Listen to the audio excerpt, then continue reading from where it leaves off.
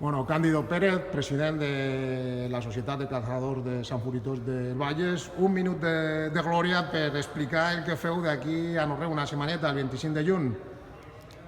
Sí, tenim el diumenge que ve tenim la quarta edició de la nostra fira, una fira que crec que va en un bon camí, no? Interessant.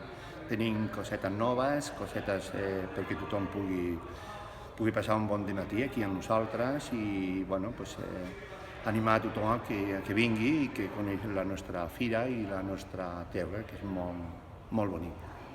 Sergio Sánchez, president de la Federació Catalana de Caza. Evidentment, les fires, a més d'un punt de trobada i referent per als caçadors del consum de Catalunya, també fan aquesta funció de donar visibilitat a la veritable tasca dels caçadors.